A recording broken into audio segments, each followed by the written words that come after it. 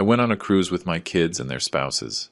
At the second port, they said, "Dad, go on down and check out the market." When I got back, the ship was gone. My luggage, also gone. They left me in a foreign country. No passport, no money, no name. But what they didn't know is that an old sea dog always finds his way back. And when I came back, I brought the storm with me. They saw me on the news. If this story moves you, subscribe. Every day there's a new story that could be yours. Tell us where you're watching from. I'm sitting on a green plastic chair in a police station in Cartagena, Colombia. I smell like old sweat, like sea salt stuck to my skin, like dry fear. I'm wearing the same white linen shirt I wore 2 days ago, back when I still believed my children loved me.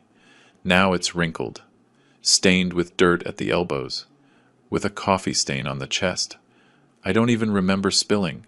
Across from me, a young police officer is typing on an old typewriter. It sounds like bones breaking. Clack, clack, clack. There's a ceiling fan, but it doesn't make a full rotation. It gets stuck every 3 turns, making a metallic grinding noise that's driving me insane. A fly is walking on the yellow wall, slow, like it has all the time in the world. I'm counting the cracks in the cement, just so I don't fall apart right here, in front of this girl who keeps looking at me with pity. My name is Julian Morgan Reed. I am 78 years old. I was born in Houston, Texas, March 5th, 1947. I owned the biggest shipyard in Houston for 45 years. I built ships that sailed all over the Caribbean, ships that carried cargo, tourists, dreams of people who trusted my work. I employed over 200 men. I paid fair wages. I helped entire families eat, educate their kids, have dignity.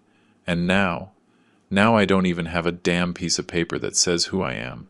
The officer looks at me like I'm a homeless man, someone who made up a story to get a meal.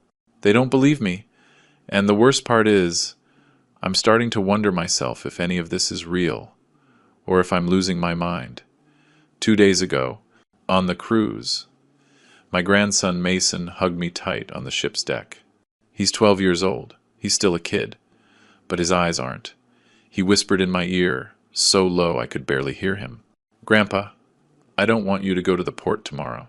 I laughed. I ruffled his brown hair. "It's always messy." "Why not, kiddo? It'll be fun.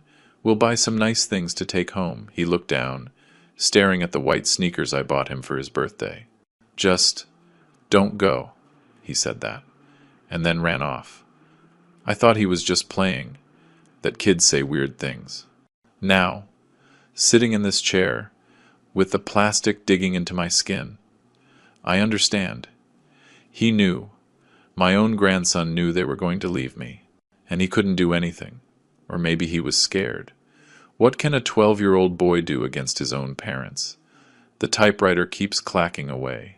Clack, clack, clack. The fly is on the rim of my cold coffee cup now. There's a greasy film floating on the brown liquid. I haven't touched it. I can't swallow. My throat's been closed for a day. I close my eyes, and I see Sarah's face at breakfast. 2 mornings ago, when we were still on the ship, she was smiling. "Too much? Dad, it's terribly hot today, isn't it? You should come down to the port with me. It'll be good for you to stretch your legs." Grace Miller, Marcus's wife, jumped in, too quickly. "Yes, father-in-law. You should go. We'll watch your things here in the cabin. Don't worry about a thing." She has that way of talking, polite, proper, but cold as ice. I always knew Grace didn't like me, but I never thought she hated me this much. Grace insisted I leave my backpack, the black canvas bag where I kept everything, my passport, my wallet with $1,200 in cash, my cell phone, and the documents from Josephine's will that Marcus had asked me to keep safe. "It's safer here, father-in-law. Why carry all that in the heat? You'll be walking in the sun. Better to travel light." And I, like an idiot, I agreed. I left the backpack on the bed in his cabin. I only took my Panama hat and $50 in my pants pocket. $50 that I spent on souvenirs Sarah picked out. Souvenirs that are now lost in some market in Cartagena. Now I get it. She knew exactly what she was doing. It wasn't improvised. It was precise, calculated, planned like you plan a murder, because this was a murder. Even if I'm still breathing, the station door creaks open. A woman walks in, older, maybe in her late 60s, short gray hair, big sunglasses that she takes off as she enters, the black canvas bag where I kept everything, my passport, my wallet with $1,200 in cash, my cell phone, and the documents from Josephine's will that Marcus had asked me to keep safe. It's safer here, father-in-law. Why carry all that in the heat? You'll be walking in the sun. Better to travel light. And I, like an idiot. I agreed. I left the backpack on the bed in his cabin. I only took my Panama hat and $50 in my pants pocket, which had been beating like a broken drum for 2 days. Suddenly leaps. Someone saw me. Someone knows I'm not crazy. Someone knows this really happened. Elena looks at me, and in her eyes, I see something I haven't seen in days. True compassion. Not pity. Compassion. There's a difference. Pity makes you feel small. Compassion makes you feel human again. Sir, I was shopping in the same market. I saw when your daughter went to the bathroom and didn't come back. I saw when you started looking for her, asking everyone. I saw when you ran towards the port. She takes out her cell phone, an iPhone with a pink case, and shows something to the officer. I can't see the screen from here, but I see the officer's face change. Her eyebrows knit together, her mouth tightens. This is serious, the officer says. Elena nods. Very serious. This man was intentionally abandoned by his own family, and someone has to do something about it. The officer looks at me differently now, not with pity for a vagrant, but with respect for a victim. Mr. Reed, we are going to file a full report. We will contact the American Embassy. This is not going to be ignored. I nod, but I still can't speak. I have a lump in my throat the size of a fist. Elena sits in the plastic chair next to me. She smells like vanilla perfume. It's the first pleasant smell I've registered in 2 days. You are not alone, she tells me softly. I'm going to stay right here until this is resolved. I want to thank her, but if I open my mouth, I know I'll cry. And I've already cried too much. 78 years old, and I've cried more in these 2 days than in my entire life. So I just nod and watch the fly, which is now on the edge of the window. The officer asks, Mr. Reed, do you have any way to contact your family? And that's when reality hits me again. Like a cold wave. I don't have their numbers memorized. I always called from my cell phone, and my cell phone is on the ship. Elena steps in. Officer, can we search for the cruise line's name online? Maybe there's a way to contact the company. The officer nods and starts searching on an old computer. It takes forever to load each page. I look at the clock on the wall. It's 3 in the afternoon. It's been 48 hours since I got off that ship. 48 hours that I know nothing about my children. 48 hours that they know perfectly well where I am, and they've done nothing.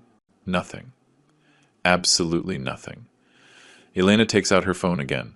Mr. Julian, would you allow me to post your story on my social media?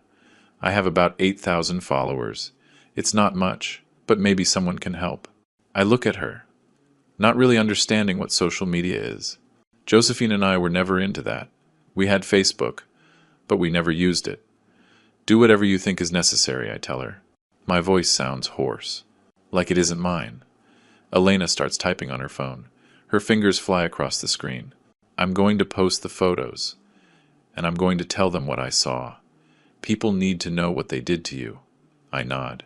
Part of me is ashamed that the whole world will know my own children threw me away like trash. But another part of me, the part that still has dignity, wants everyone to know, wants justice, wants them to pay. The officer looks up from the computer. I found the cruise. It's called the Star of the Caribbean. It left Cartagena 48 hours ago. It's stopping in Panama, and then it returns to Houston in 5 days. 5 days. 5 more days of this nightmare. 5 days where they'll be eating, drinking, dancing on that damn ship. While I'm here, in this plastic chair, with nothing, the officer continues. I am sending an official communique to the ship's captain. They are obligated to respond. Elena touches my arm gently. It's going to be okay. I promise you. And right then, at that moment, I understood that. Maybe, just maybe, I wasn't as alone as I thought. Maybe the sea had taken my children, but it had given me an angel with gray hair and a pink phone case. I close my eyes in this police station, and I see myself at 31, standing in front of that empty lot at the Houston port. It was 1978, the year Josephine and I got married. She wore a simple white dress. No veil, none of that. We got married at the courthouse, because we didn't have money for a big wedding. Her father, Mr. Emil Reed, owned a hardware store downtown. A serious man, big hands, few words. The day I asked for his blessing to marry his daughter, he just stared at me for what felt like an eternity. Then he said, "Julian, I don't have money to give my daughter, but I have this." He pulled out an envelope with $50,000. "They say you have a talent for building. Build something worthwhile. That will be your dowry." I promised my father-in-law right there, in his living room that smelled like fresh coffee.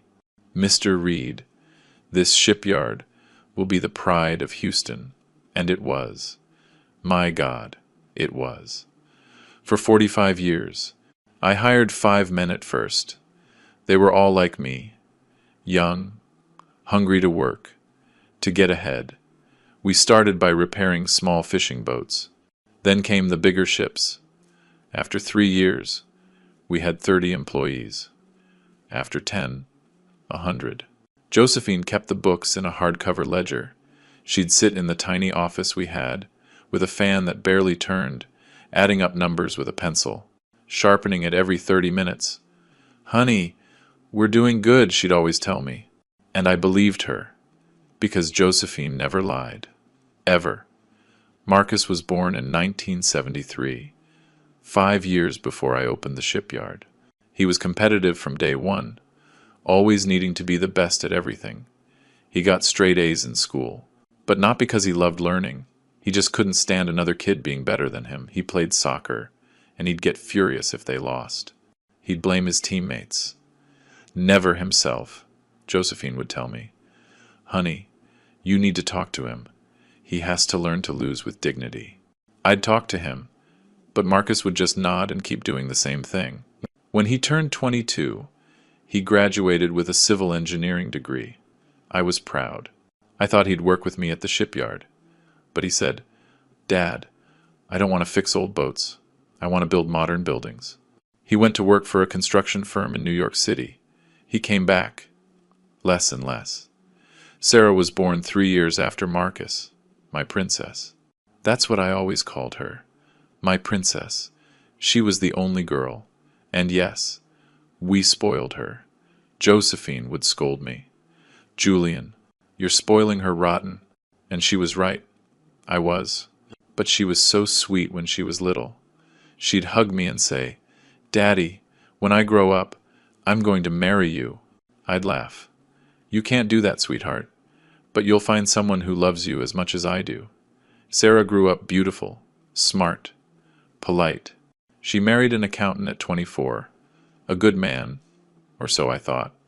They had 2 daughters, but they divorced after 8 years. Sarah came back home with her girls. Josephine and I took care of them for 2 years, until she met her second husband. She never paid me back the $40,000 I lent her for the divorce. But it didn't matter. She was my daughter, my princess. Ryan, the youngest, was born when I was 34. He was a difficult baby, cried a lot, slept little. Josephine was up with him every night. I worked late at the shipyard, and I'd get home when they were already asleep. Ryan grew up quiet, shy, always hiding behind his siblings. He got bullied in school. Fatty, they called him. Ryan wasn't fat. He was stocky, strong. But kids are cruel. He started eating more, as a defense. And yeah, he gained weight. At 16, he started drinking. We'd find bottles hidden in his room. Josephine would cry. What did we do wrong? I didn't know how to answer. Ryan never finished college. He worked at the shipyard with me for 5 years, but he was always late, always smelled like alcohol. I had to fire him. It was the hardest day of my life, firing my own son. He didn't speak to me for a year. In 1995, something happened. I never forgot. An explosion at the shipyard. A fuel tank wasn't sealed properly. 3 men were injured. One of them, Hector Ramirez, was near death. He was from Colombia. He'd come to the U.S. looking for work. He left his family in Cartagena, promising to send them money every month. Hector was 28, with a 5-year-old son. The explosion burned 40% of his body. The doctors said he wouldn't make it. I paid for everything. The private hospital, the surgeries, the skin grafts, the rehab. It cost me over $200,000. The shipyard's insurance didn't cover all of it. It didn't matter. Hector was my responsibility. Josephine sold her gold earrings, the only ones she had, to help pay. When Hector got out of the hospital, 5 months later, he hugged me, crying, Hector told me, his voice still rough from the smoke. Mr. Julian, you saved my life. My family will be eternally grateful. If you ever need anything, anything at all, my family will be there. I swear it on my life. I patted him on the shoulder. You don't have to swear anything, Hector. Just get well and keep working. And he did. Hector Ramirez worked at my shipyard for 20 more years, until he retired and went back to Colombia. We'd email sometimes. He'd send me pictures of his son, Michael, as he grew up. Then the emails became less frequent. Life goes on. Promises are forgotten. Or so I thought. I never imagined that promise, made by a burned man in a hospital bed, would be what saved me 30 years later. But I learned that later, much later. In 2020, I had a stroke. Well, that's what the doctor called it. A mild stroke, he said. I was in the shipyard office, looking over some blueprints, when suddenly I couldn't move my left arm. My mouth drooped. One of my workers saw me and called an ambulance. I spent 3 days in the hospital. Josephine never left my side. The doctors said I was lucky. It could have been worse. But they warned me, Mr. Julian, you have to cut back on the stress. You need to rest. You're 73 years old. Marcus came down from New York. He sat at the foot of my bed. Dad, it's time. Let go of the shipyard. You've done enough. Rest. I didn't want to. The shipyard was my life. But Josephine took my hand and said softly, Honey, I want you to rest, too. I want us to be together, without all this worry. And I gave in. For her, I gave in. I sold the shipyard in 2020. I got a good price, $3 million. It was a lot of money. Josephine and I were going to travel, see the places we'd always dreamed of. But Josephine got sick. 6 months later, pancreatic cancer. The doctors said it was aggressive. 3 months they gave her. She lived for 8. She fought every single day. I was with her until the last second. She died in our bed, in the house where we lived for 42 years, holding my hand. Her last words were, Honey, take care of the will. Promise me you'll only open it when it's time. I didn't understand why she said that. But I promised her. I promise, my love. Rest. She closed her eyes. It was January 5th, 2021, just after New Year's. Josephine always said that was her favorite time of year, when everything felt new. She died on her favorite day. After the funeral, my kids started with the questions. Dad, when are we opening the will? Dad, we need to know what Mom left. Dad, we have to get the legal stuff sorted out, I told them. When it's time, your mother left clear instructions. The will is to be opened 4 years after her death, in my presence and the lawyer's. Respect her wishes.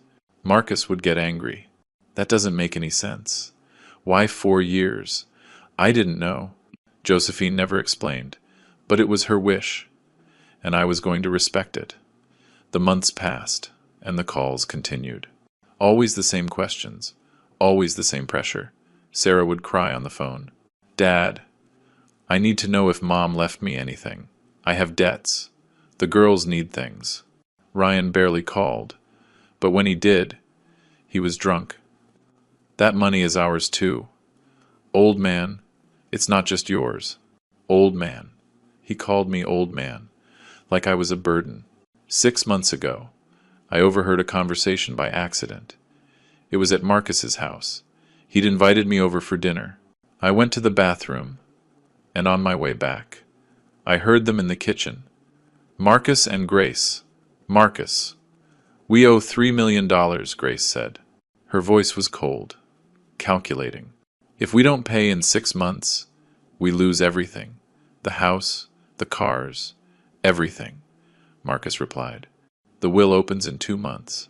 There will be money then. Grace said something that froze my blood. And what if something happens to the old man before then? Then we control everything.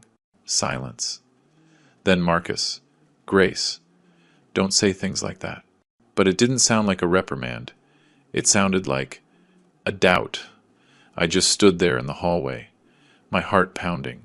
I thought they were just words of frustration, words spoken in a moment of desperation. I didn't think they'd actually do it. But they did, my God, and they did. The day of the cruise, the sun was splitting the rocks in Houston. I got to the port with my old brown leather suitcase, the same one Josephine and I used when we went to Key West for our 20th anniversary. It feels like it's full of bricks. I packed clothes for 7 days. My blood pressure medication. The book I'm never going to finish. And the photo of Josephine I always carry in my wallet. I walk up the metal ramp. It clangs hollowly under my shoes. A young family is in front of me. The kids are screaming with excitement. Behind me is Marcus, with his modern, black, shiny rolling suitcase. He doesn't offer to help me. He doesn't even look back to see if I need anything. Grace walks beside him, wearing sunglasses that cost more than my monthly pension. She smiles when she sees me sweating. How exciting, father-in-law. Your first cruise, her voice is rehearsed, like a bad actress in a cheap soap opera. We check in at the reception. A girl in a navy blue uniform hands me a key card. Cabin 412, Mr. Reed. Deck 4. Marcus and Grace get their cards. Family Suite 320. Deck 3. Family Suite. I get a cabin. I get to my room, and it's so small I can barely stretch my arms. A single bed pushed against the wall. A bathroom the size of a closet. A round porthole window looking out at the sea. That's it. I sit on the bed. The springs creak. Marcus shows up at the door. Everything okay, Dad? I tell him yes. It's better this way, Dad. Quieter for you. We make a lot of noise with Mason. I nod. It makes sense. Or, I tell myself it makes sense. But something in my chest feels heavy. Josephine would have told me, Honey, this isn't right. A family travels together. But Josephine isn't here to tell me anything. The first night, there's a formal dinner in the main dining hall. It's huge, with crystal chandeliers and waiters in white gloves. I've never been in a place like this. I put on my good white shirt, the one I wear to weddings, and my navy blue blazer. It's 20 years old, but it still looks decent. I get to the table, and they're all already seated. Marcus, Grace, Sarah with her new husband, Ryan with Lucia, his wife, and Mason, my grandson, who looks at me with big, sad eyes. The ship's captain comes over to our table. His name is Humberto Salazar. He's in his 50s, gray hair, perfectly combed, immaculate white uniform. He raises his glass. A toast to families who sail together. Everyone raises their glass. I raise mine. I look at Marcus. He avoids my gaze. He's staring at his glass. Ryan is already on his third beer. His eyes are glassy. Sarah won't stop looking at her phone, typing something. She smiles at the screen. Not at me. Mason gets up from his chair and sits in the one next to me. Grace had put him at the other end of the table, far away from me. Grandpa, tell me about when you built the Navy ship. My grandson has Josephine's eyes. The same light brown color, almost honey. I start to tell him about that time in 1985, when the government hired us to repair a Navy vessel. I'm just getting started, when Grace cuts in, her voice sharp as a knife.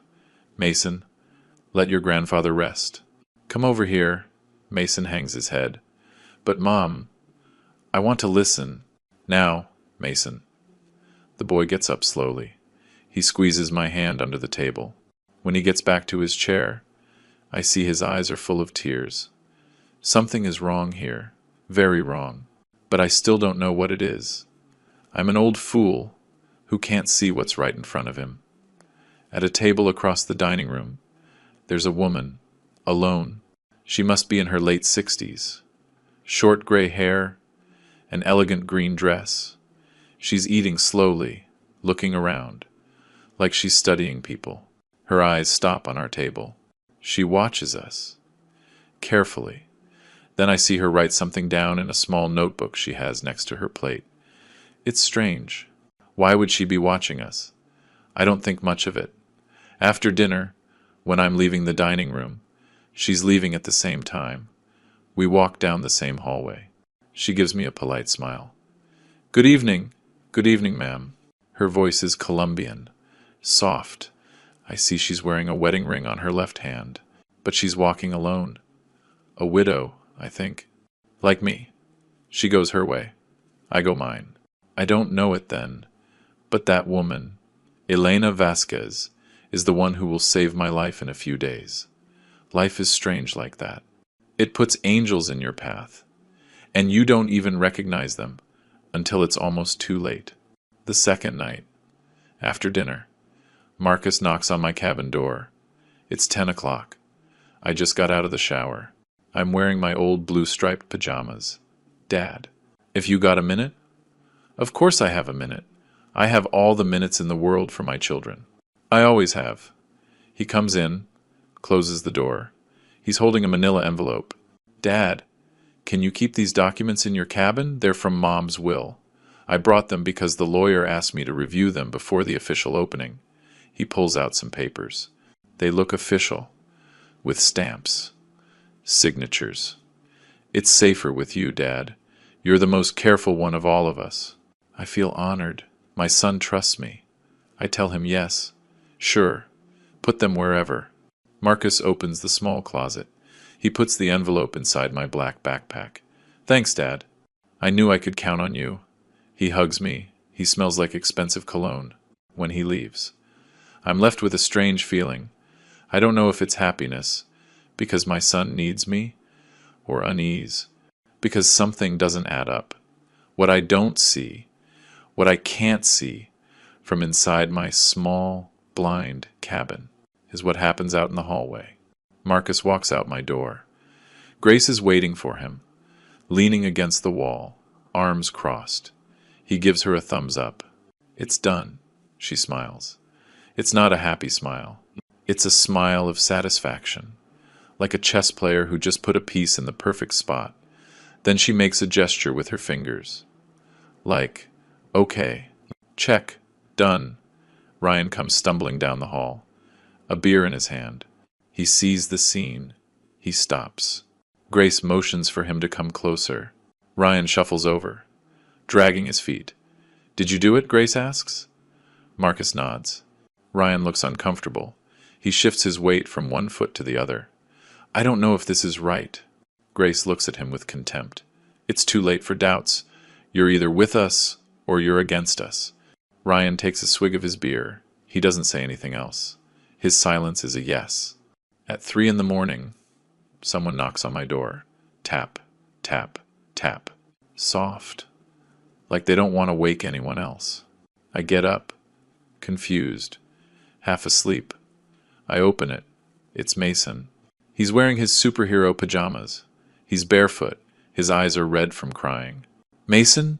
What happened, kiddo? He throws himself into my arms, trembling like a leaf in a storm. Grandpa! I heard Mom and Dad talking. They're going to do something bad. I don't know what, but I heard Mom say your name, and she said something about Cartagena, and Dad said they couldn't back out now. My heart starts to beat faster. What else did they say? I don't know, Grandpa. They scared me. Mom sounded. She sounded like when she's mad, but pretending she's not, and Dad just kept saying yes to everything. I stroke his hair. It's damp with sweat. The kid is terrified, but old fool that I am, I don't understand the gravity of what he's telling me. I think it's adult stuff. Money problems. Maybe their marriage. I sit Mason on my bed. I wipe his tears with the sleeve of my pajamas. It's okay, kiddo. It's just adult stuff. Sometimes parents have difficult conversations, but everything's going to be all right. He looks at me with those Josephine eyes, so much like hers it makes my chest ache. Promise, my grandpa? I promise. A lie. It's a lie. I don't know it yet, but it's a lie that will haunt me for the rest of my life. I give him a glass of water. I walk him back to his suite. I knock on the door. Grace opens it. She's wearing a red silk robe. She looks at me, annoyed. What happened? Mason had a nightmare.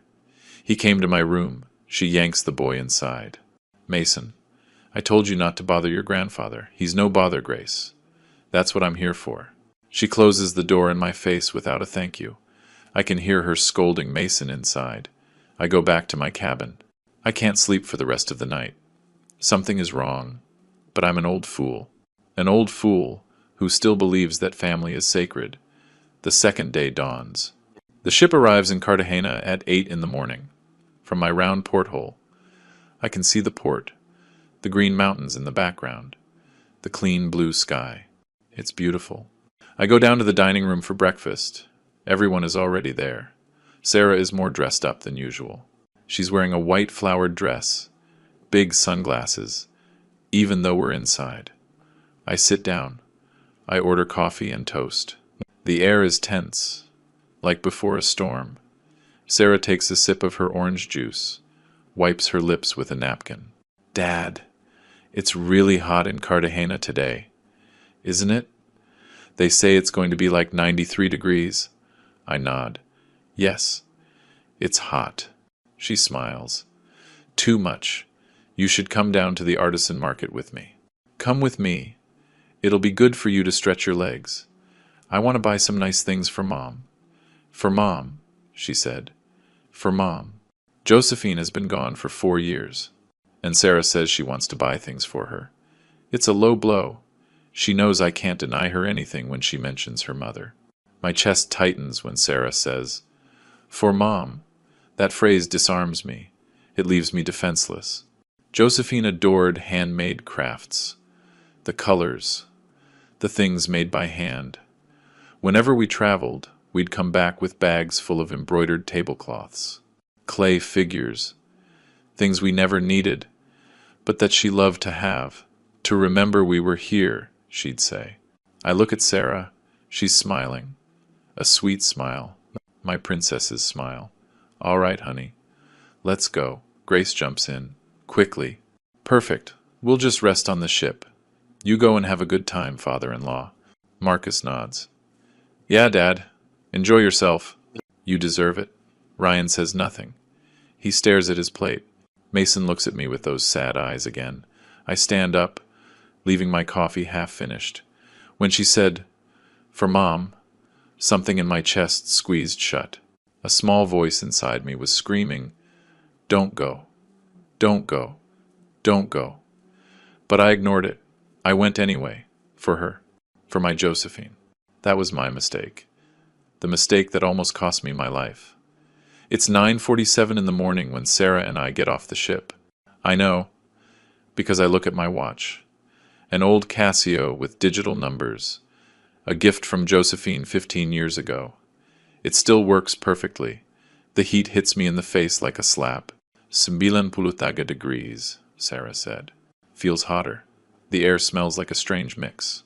Fried fish from the market stalls, diesel from the ships, tropical fruits rotting on the corners, and that salty sea smell that gets into your skin and doesn't let go.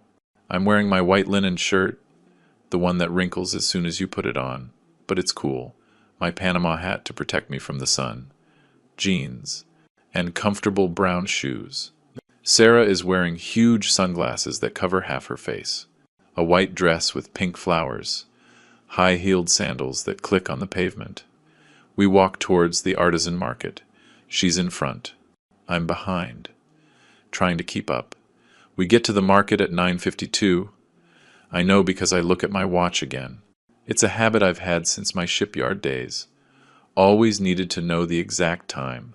The market is full of color. Stalls with red, yellow, green awnings, hanging tapestries, hammocks, hats, bright beaded necklaces, silver bracelets, carved wooden figures. There's music coming from somewhere, something tropical with drums. Sarah stops at a stall with embroidered cloths. The woman running it is about 50. Dark skin, a big smile. Very beautiful, my love. For your mother, for your sister, for your mother-in-law. Sarah touches the fabrics, holds them up to the light. This one for Cousin Lucy. This one for Aunt Connie. I take out my wallet. $50 is all I have. I pay for the cloths. Sarah smiles. Thanks, Daddy. She gives me a kiss on the cheek. She smells like expensive perfume, like flowers that don't exist in nature. You're the best dad in the world. We walk to other stalls. Sarah buys necklaces, earrings, an embroidered blouse. I pay for it all. It's 10:15 in the morning. She stops suddenly, puts her hand on her stomach. Oh, Dad, I need to use the bathroom, she makes a face. It's, woman stuff. It might take a while. You know how it is. I nod. I understand. Well, I don't really understand being a man, but I understand that women need privacy for some things. It's all right, honey. You go on. I'll stay here, looking at the crafts. She points to a building 2 blocks away. There are public restrooms over there. I won't be long. Okay? You keep picking out souvenirs. I'll be right back. She gives me another kiss on the cheek. I love you, Daddy, and she walks off quickly in her heels. Click, clack, click. I watch her go.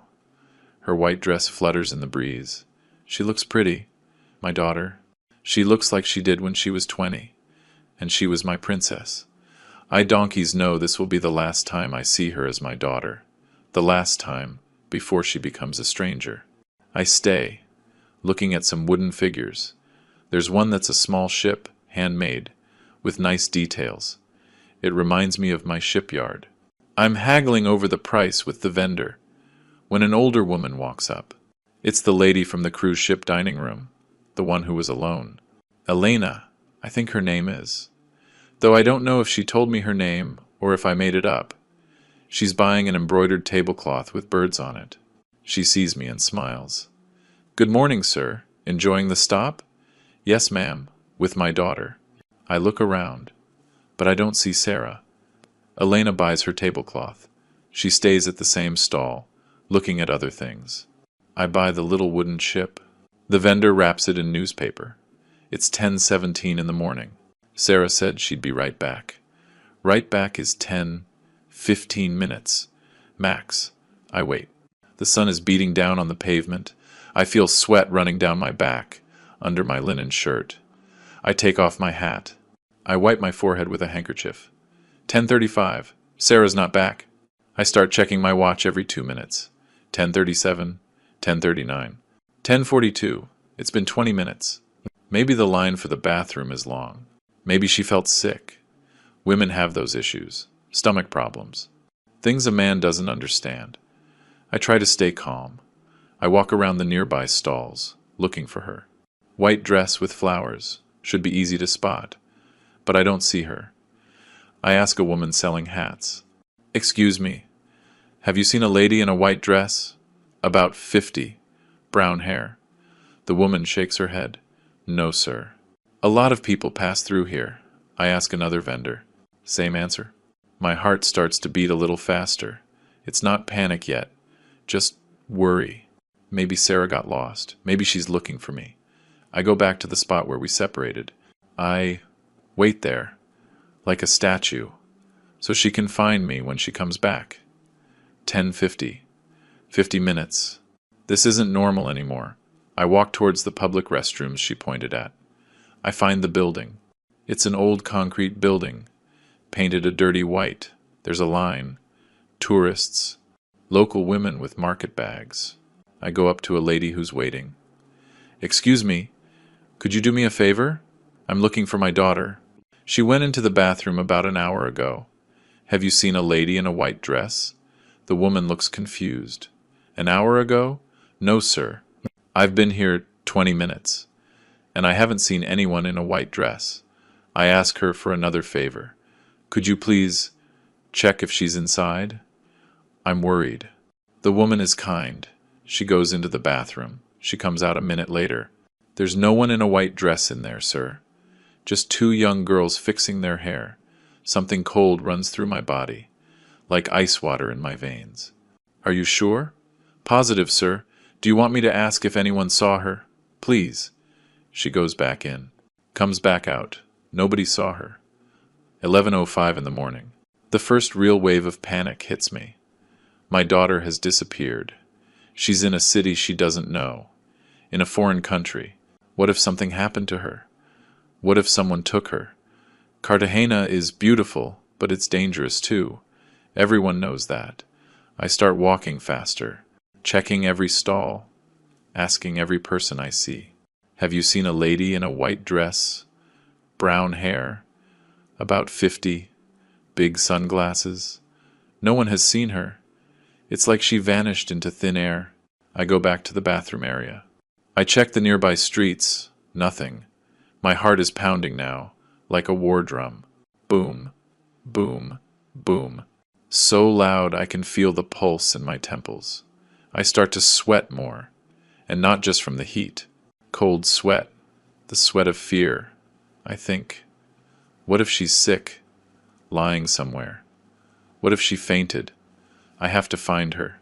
I have to find my girl, my princess, my Sarah. 11:20. An hour and 5 minutes since she left. I take off my Panama hat. I use it to fan myself. It doesn't help. The heat is suffocating. My linen shirt is soaked, sticking to my back. I feel like I can't breathe right. My chest is tight. Is it my heart? Am I going to have another stroke? No, I can't. Not now. I have to find Sarah. I take a deep breath. Once, twice, 3 times. I force myself to calm down. Think logically. What if she went back to the ship? Of course. That must be it. Maybe she looked for me. I couldn't find me. I thought I had gone back to the ship. So she went back too. That makes sense. Perfect sense. I feel better. The panic subsides. A little. The ship. I have to get to the ship. Sarah will be there, worried, looking for me. Maybe even mad that I wasn't where I was supposed to be. I start walking towards the port. The port is a 20-minute walk. I remember, because I saw the sign when we got off. Port, 1.5 kilometers, 20 minutes, if you walk at a normal pace. I don't walk at a normal pace anymore. I'm 78 years old, and my knees hurt. 11:45. I'm halfway to the port when she appears. Elena, the lady from the cruise. She sees me walking fast, almost running, sweating like I'd gone for a swim with my clothes on. Sir, are you looking for someone? I saw you with a woman in the market earlier. I stop. The relief of seeing a familiar face is so great, I almost cry. Yes, my daughter. She went to the bathroom an hour and a half ago. I can't find her. I think she went back to the ship. I'm heading there now. Elena looks at me, and something in her face changes. She gets serious. She pulls out her cell phone, looks at the time. Sir, are you a passenger on the Star of the Caribbean? Yes. Yes, that's why I'm running. I'm sure Sarah is waiting for me there. Elena swallows hard. She puts a hand on my arm. Sir. Her voice sounds strange. Scared. That ship. It sets sail in 15 minutes. The world stops. 15 minutes. 15 minutes? No, that can't be. I look at my watch. 11:47. The ship leaves at 12. They always leave at 12. They said so in yesterday's announcement. There are 13 minutes left. 13 minutes. And I'm 20 minutes away. No. No. No. No. Sir, we have to run. Now. Elena starts to run. I try to keep up. I run. I don't remember the last time I ran. 10 years. 15. My lungs are on fire. My knees protest with every step. My heart is beating so fast I think it's going to explode. People are staring at us. An old man and an old woman, running like crazy through the streets of Cartagena. Elena looks back. Come on, sir! You can do it! But I can't. My legs give out. I stop. Bent over. Hands on my knees. Trying to breathe. Elena runs back to me. No, I can't. I can't go on, I gasp. She wouldn't leave me here. My daughter. She wouldn't do that. Elena looks at me, with an expression I can't decipher. Pity, horror, understanding. Sir, we have to try. Come on. She grabs my arm. We walk fast as I can. We turn one corner, then another. The port is in sight. I see ships, lots of ships. Which one is ours, the Star of the Caribbean? It has to be there. We enter the port area. Security guards, tourists with luggage, last-minute souvenir vendors. I scan the area. Where is it? Elena points. There. I see a large, white cruise ship pulling away from the dock. Slowly, very slowly, but pulling away. On the stern, I can read the name in blue letters. Star of the Caribbean. No, it can't be. I run the last few yards to the edge of the dock. Wait! I'm a passenger, I shout, with all the voice I have left. Sarah! Marcus! I'm here! I wave my arms. The ship keeps moving away. Slow, unstoppable, like death, like being forgotten. 15 minutes. If we just had 15 more minutes, but we didn't. And my daughter. My daughter. She didn't leave me here. She wouldn't do that. It can't be. This has to be a mistake. A terrible, terrible mistake. If you're listening to my story, please tell me in the comments where you're watching from. Sometimes, knowing someone is out there, listening, makes me feel less alone in all this. It's 11:47 in the morning. Elena is pulling my arm. Sir, we have to run. Now. And we run. My God. We run. How long has it been since I've run like this?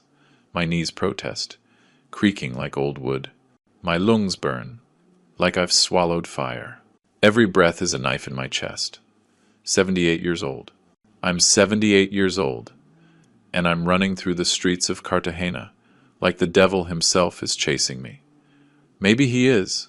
Maybe the devil has my children's faces. People are staring. A young couple steps aside. A coconut vendor shouts, Careful, old man. I keep running. I can't stop. If I stop, I lose the ship. If I lose the ship, I lose my family. Although, I've already lost them. I just don't know it yet. Elena is running beside me. Come on, sir. Almost there. She's 62, but she's in better shape than I am. Her legs move easily. Her breathing is controlled. I'm stumbling, panting like an old dog. Sir, wait. I'm with you, she yells, when she sees me getting too far ahead. But I can't wait. There's no time. The clock hits 11:50. 10 minutes. 10 minutes left before the ship sails.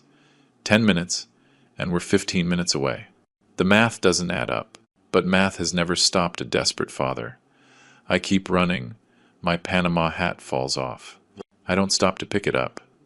Let it stay there. Whoever wants it can have it. I just need to get to the ship. 11:51. My foot catches on a loose paving stone. I fall to my knees, hands out to break the fall. My right palm scrapes against the rough cement. It stings. I see blood. Not much, but it's blood. Elena runs up. Sir, are you okay? I get up, my knees hurt, but they work. I'm fine. Let's go. We keep going. I'm limping now. My right knee protests every time I bend it. A tall, blonde, German tourist looks at me, concerned. He says something in his language. I don't understand. I push past him. A hat vendor yells, Grandpa, careful! You're going to kill yourself. It doesn't matter.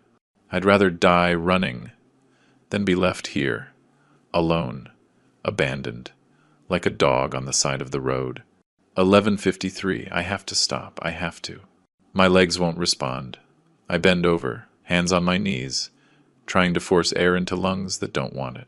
Everything hurts. Everything. Even my bones ache. My chest is tight. Is it a heart attack? Please, God. Not now. I can't. I can't do it. The words come out in gasps. Elena puts her hand on my back. Yes, you can, sir. Come on. We're almost there. Look. The port is right there. She points ahead. Sure enough. I see the cranes. The masts of the ships. We're close. Very close. I take 3 deep breaths. I force myself to stand up straight. My body is screaming no. But my heart, that stubborn old muscle that still loves its children, says yes. We keep walking. Fast. I can't run anymore, but I walk as fast as I can. 11:58. We reach the port entrance. There's a gate. A security guard in a blue uniform. Passes? He asks. Bored. I'm a passenger. The ship is leaving. Elena shows him her pass. The guard checks it. You can go, ma'am. And you, sir? I check my pockets. The cabin key card. Where is it? Right pants pocket. No. Left. No. Shirt pocket. Not there either. I left it on the ship. It's in my backpack. The guard shakes his head. No pass. No entry. Elena steps in. He's a passenger on the Star of the Caribbean. It's leaving right now. The guard looks at his watch. Ma'am, that ship sails at 12.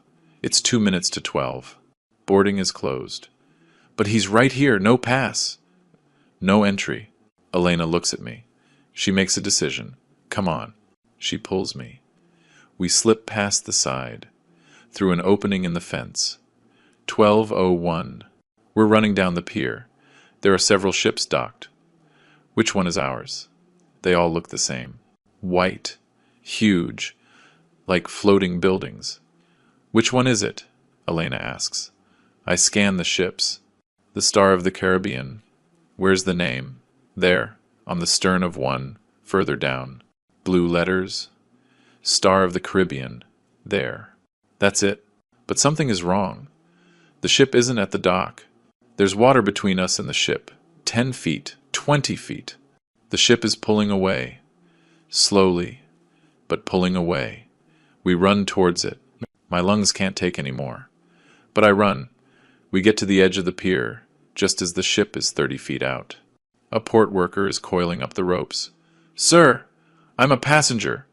Boarding is closed, sir. I'm sorry. 12:03. I stand at the edge of the pier. The ship moves away. Slowly. Like in slow motion. Like a nightmare. I can see the deck. There are people up there. Tourists. Waving goodbye to the port. Is Sarah up there? Is Marcus? I raise my arms. Faintly. I yell. With all the voice I have left. Sarah! Marcus! I'm here! You missed me! Come back! My voice breaks on the last word. I yell again. Ryan! I'm here. It's me. Your dad. I keep waving my arms. Maybe they'll see me. Maybe the captain can turn back. Ships can turn back. Right? It's just a matter of telling them. Elena is next to me. She's yelling too. Waving her arms. But the ship keeps moving away. 50 feet. 100 feet. 200 feet. On the deck of the ship, someone sees me. It's a child. Messy brown hair. Mason. My grandson is leaning over the railing on deck 5. He sees me, I know he sees me, because he raises his hand. He's crying. I can see the tears shining on his face.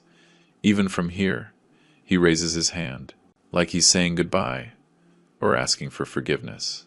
Grace appears behind him. She puts her hands on his shoulders. She pulls him back. I see her say something to him. I can't hear what, but I know she's saying, "Don't look," or "Get inside," or "It's not your fault." Mason disappears inside. Grace stays there for one more second. She looks right at me. Our eyes meet across the 200 feet of salt water.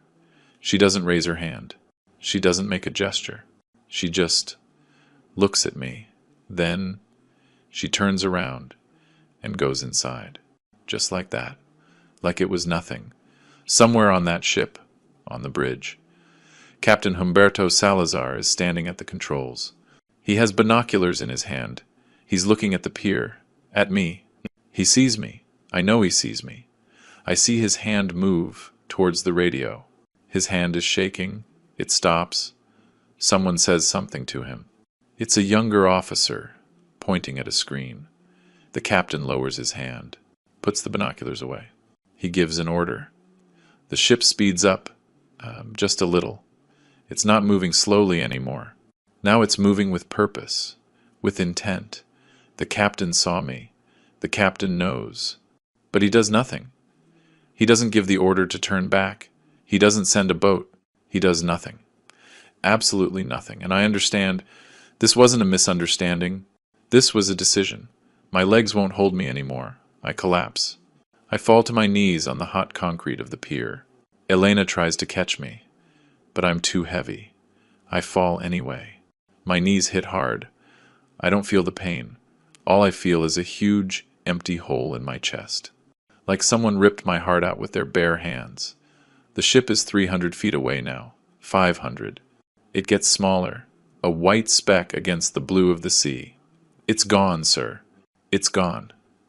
Elena kneels beside me. She holds me. She smells like vanilla perfume and sweat. She's crying. A stranger is crying for me. I can't cry yet. I'm in shock. It's like my brain can't process what just happened. My family. My family just left me in a foreign country with no documents, no money, no nothing.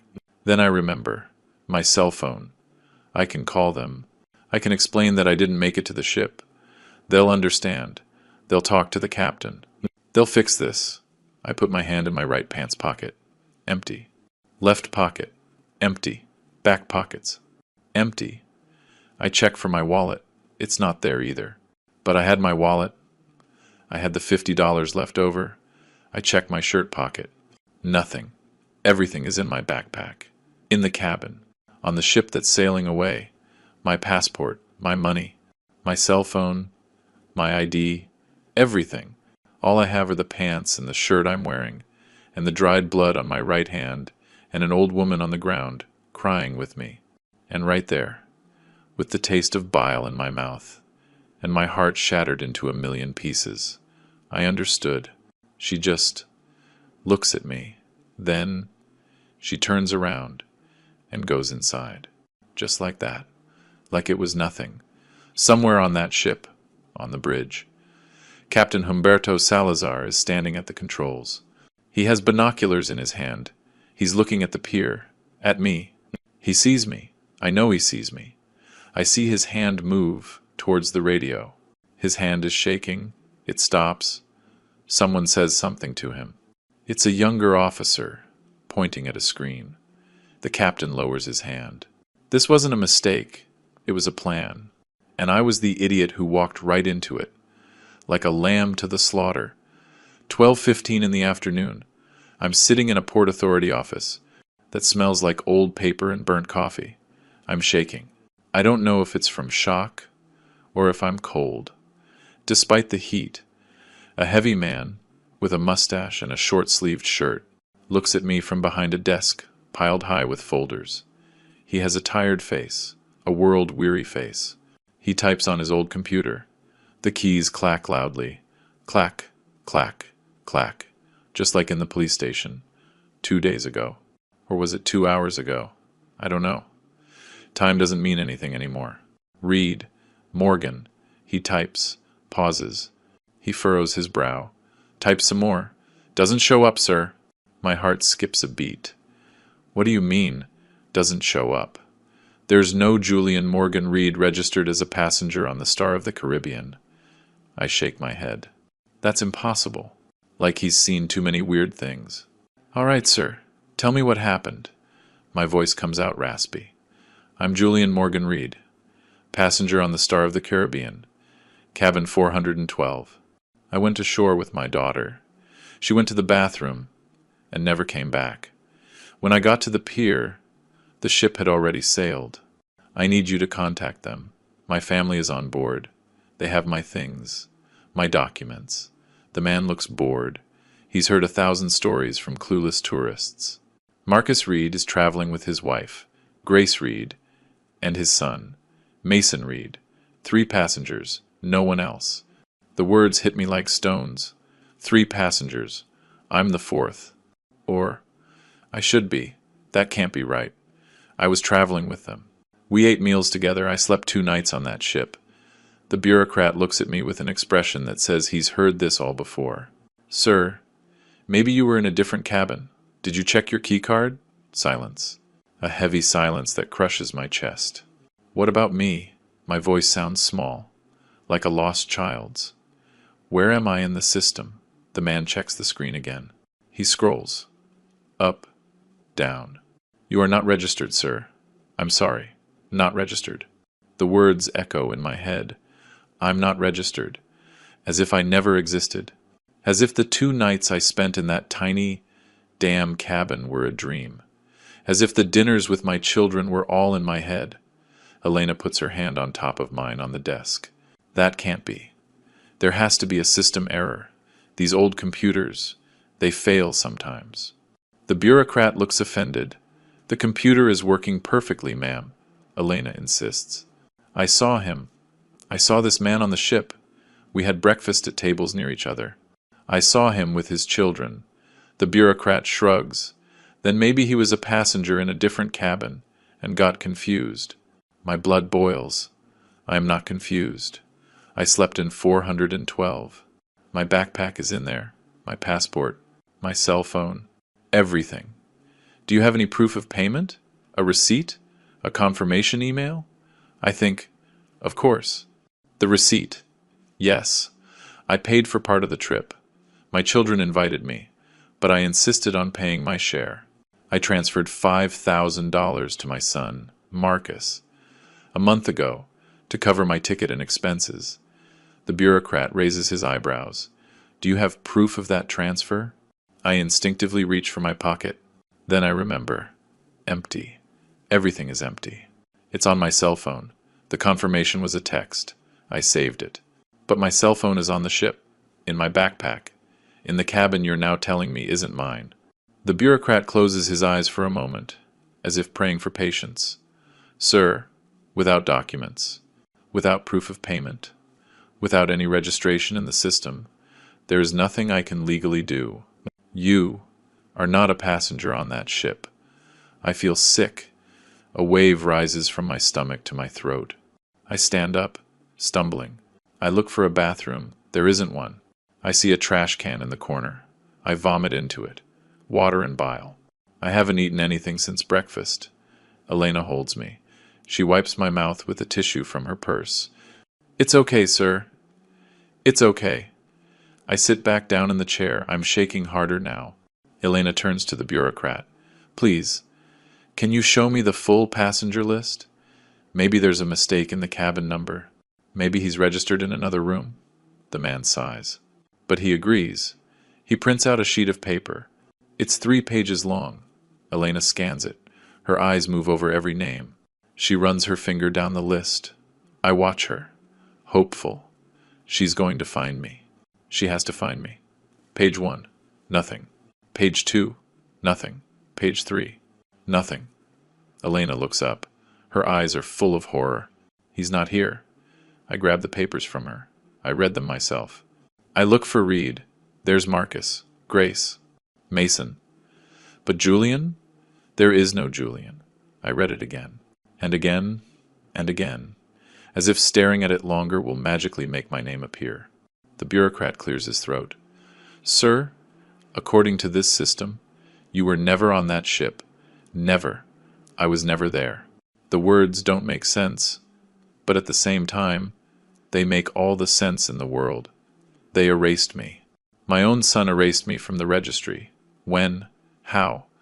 How long had he been planning this? I think about the day he invited me. Dad, let's go on a cruise. All of us, together. I think about how he insisted he would take care of everything. Don't you worry about a thing, Dad. I'll make the reservation. You just pack your bag. I think about the $5,000 transfer I made. Money I now have no proof I ever sent. Money that disappeared. Just like me. Elena grabs my arm. Let's go outside, sir. You need some air. I stumble out. The sun blinds me. There's a concrete bench outside the office. I sit down. Elena sits next to me. There's a trash can nearby. I lean over. And I'm sick again. Puribile. Bitter. Like my life right now. Elena rubs my back. There. It's okay. I can't be okay. I'm shaking. Like I have a fever. They erased me. My voice is broken. My own children. They erased me from the system. Like I don't exist. Like I was never even there. Elena doesn't say anything. What can she say? There are no words for this. There is no comfort for this kind of betrayal. I wipe my mouth on the back of my hand. It's on my cell phone. The confirmation was a text. I saved it. But my cell phone is on the ship. In my backpack. In the cabin you're now telling me isn't mine. The bureaucrat closes his eyes for a moment, as if praying for patience. Sir, without documents, without proof of payment, without any registration in the system, there is nothing I can legally do. You are not a passenger on that ship. I feel sick. A wave rises from my stomach to my throat. I stand up, stumbling. The blue water. It looks so calm from here. The ship is gone. I can't see it anymore. It took my family. It took my identity. It took the last 4 years of my life, waiting for that will to be opened, so we could all be together again. For this? So they could abandon me in a foreign port? Elena finishes taking pictures. She sits down again. Mr. Julian, we're going to fix this. We're going to the American consulate. They can help you. They can get you temporary documents. They can contact your family. I nod. Weakly. But I know the truth. And right there, with the taste of bile in my mouth, and my heart shattered into pieces, I understood. This wasn't a mistake. It was a plan. A perfect plan. And I was the idiot who followed it, right to the end. I sit on that concrete bench. I don't know for how long. Could be an hour, could be 5 minutes. Time doesn't work the same way anymore. Elena is making calls. She's speaking quickly, in Colombian Spanish. I hear words. Consulate. Embassy. Emergency. Abandoned elderly man. An abandoned elderly man. That's what I am now. I'm not Julian Morgan Reed, shipbuilder, owner of a shipyard, father of 3, grandfather of 1. I'm an abandoned elderly man, with no name, in a port in Cartagena, with no documents to prove who I am, with no money to even buy a glass of water, with no family looking for me, with no one, except this 62-year-old Colombian woman, who doesn't know me from Adam, but who is here, making phone calls, fighting for me, crying for me. And I think, maybe blood isn't as important as they say. Maybe family isn't who gave you life. Maybe family is the one who stays. When everyone else sails away on the ship, 6 in the evening, Elena takes me to a shelter. It's an old building, with peeling yellow walls. It smells like damp and cheap detergent. Stay here tonight, Mr. Julian. Tomorrow, we'll figure out what to do. She gets me a bed, in a room shared with 5 other men. I sit on the thin mattress. The springs creak. Elena brings me a glass of water. Here, You need to hydrate. I drink it without really tasting it. The water tastes like chlorine. She sits next to me. I'll be back early tomorrow. Will you be okay? I nod. A lie. I won't be okay. I'll never be okay again. But she needs to go. She's already done too much for me. Elena squeezes my hand and leaves. 7:30 at night. Elena comes back with a borrowed cell phone. It belongs to the woman who runs the shelter. She said you can make one call. I think. Who can I call? My children abandoned me. My friends. I haven't spoken to most of them in years. Then I remember Dr. Armando Cisneros, my old friend, Josephine's friend. He'll know what to do. Elena dials the number I give her. She waits, puts it on speaker. Ring, ring, ring. Voicemail. The number you have dialed is not available. She hangs up. She dials again. Same result. Do you want to try another number? I shake my head. There's no one else. There is literally no one else in the world who can help me. Elena takes the phone back. We'll try again tomorrow, 8 o'clock. I can't stay here. This room is suffocating me. The other men are snoring. One smells like alcohol. Another one is coughing. Non-stop. I get up. I go out to the street. The night air is cooler. I walk, with no destination. I end up in the Gethsemane neighborhood. It's beautiful, despite my pain. Walls painted bright colors. Yellow, orange, turquoise, géant murals. Flowers in the windows. Music is pouring out of the bars. Salsa. Other music. Young people laughing, dancing. Couples holding hands. Families eating at tables outside the restaurants. Life. So much life. All around me. And me. Dead inside. Walking like a ghost. Among the living. 8:45. I sit on the steps of a locked church. I watch the people pass by. A young man with a professional camera is taking pictures of tourists. He's charging them about $20 a photo. He looks to be about 28. Long black hair, tied back in a ponytail. A few days stubble. He's wearing a black t-shirt and ripped jeans. He looks at me, goes back to his customer. But he looks at me again. He finishes with the tourist, puts his money away. He walks towards me, stops.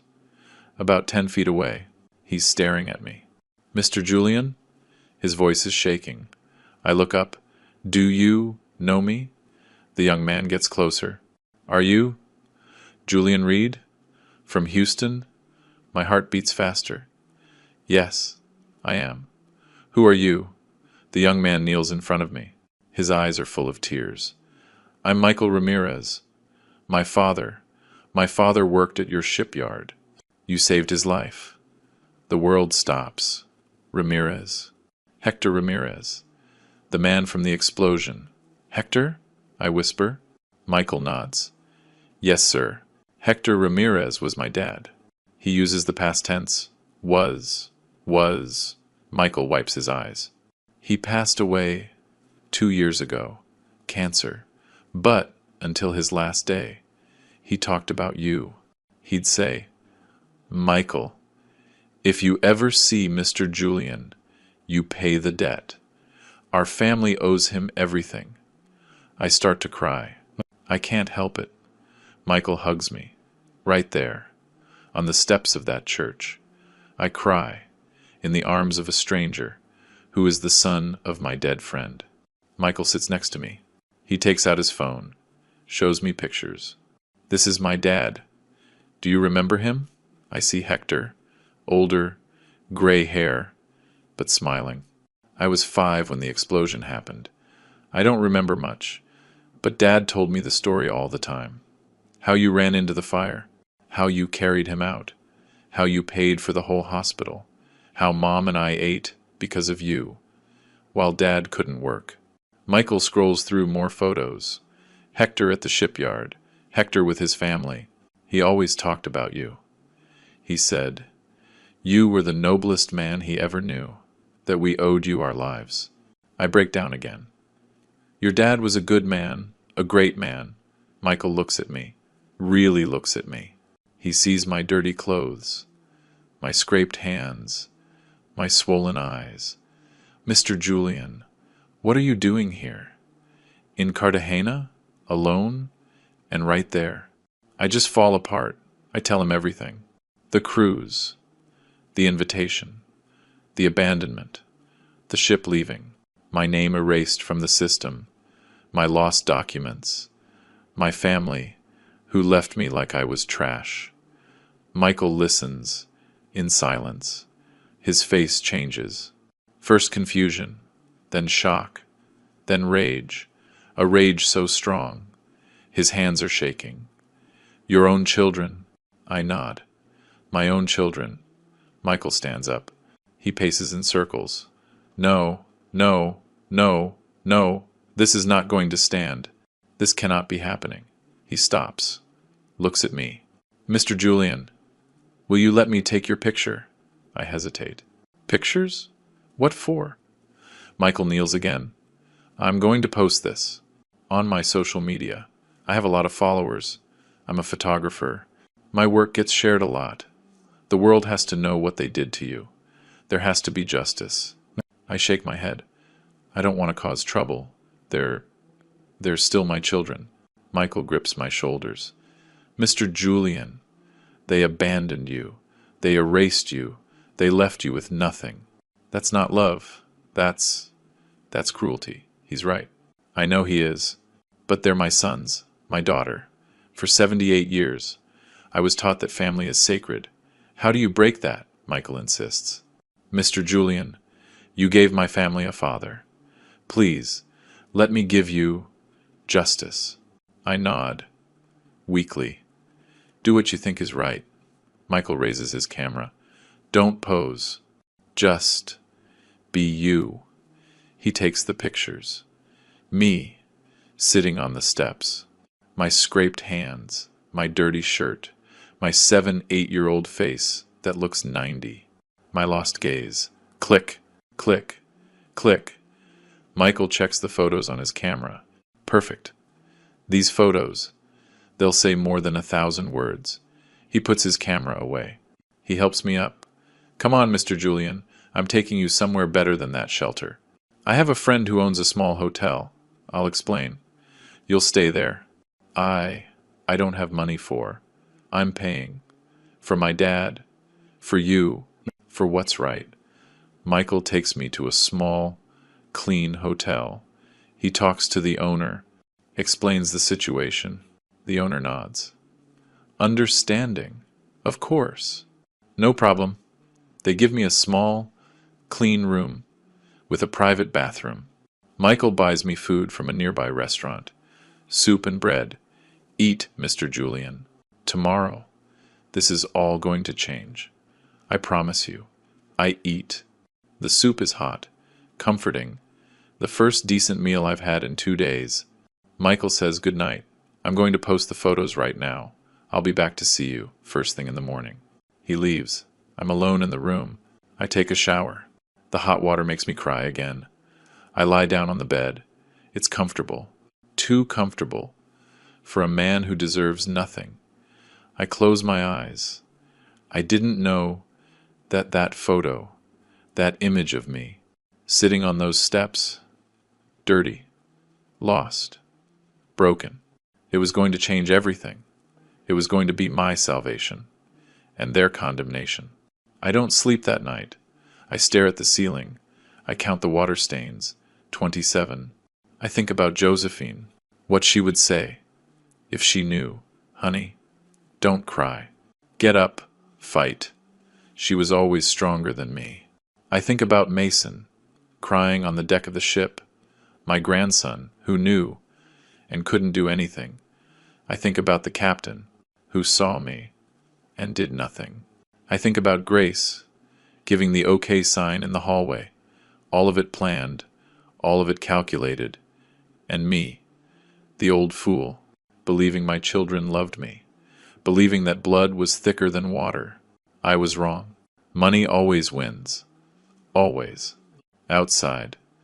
Somewhere on the internet, Michael is uploading photos.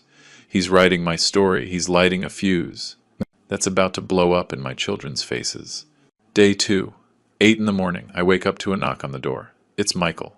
He has coffee and pastries. Mr. Julian, you have to see this. He takes out his phone.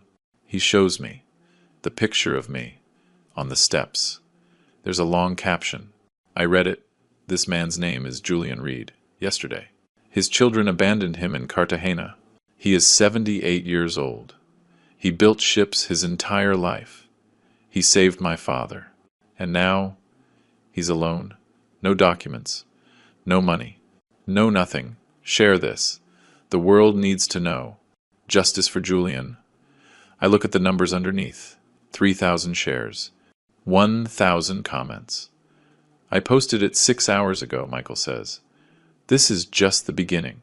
10 in the morning, Michael comes back. Mr. Julian, look, the number now says 50,000 shares. 50,000. I don't understand what that means. Michael explains. 50,000 people have shared your story. There are comments from the US, Colombia, Argentina, Spain. They are all furious. He shows me some comments. How could they do that to their own father? My children are my life. I don't understand these people. May they rot in hell. Where are they? Name them. Michael smiles. I haven't named them yet, but if they don't respond, I will. I don't know how to feel. Relieved, ashamed, vengeful, all of it at once. Noon. Elena runs into the hotel. Julian, you're on the news. She's holding a Colombian newspaper. Front page. My picture. The headline. Cruise ship scandal. American elder abandoned by his family.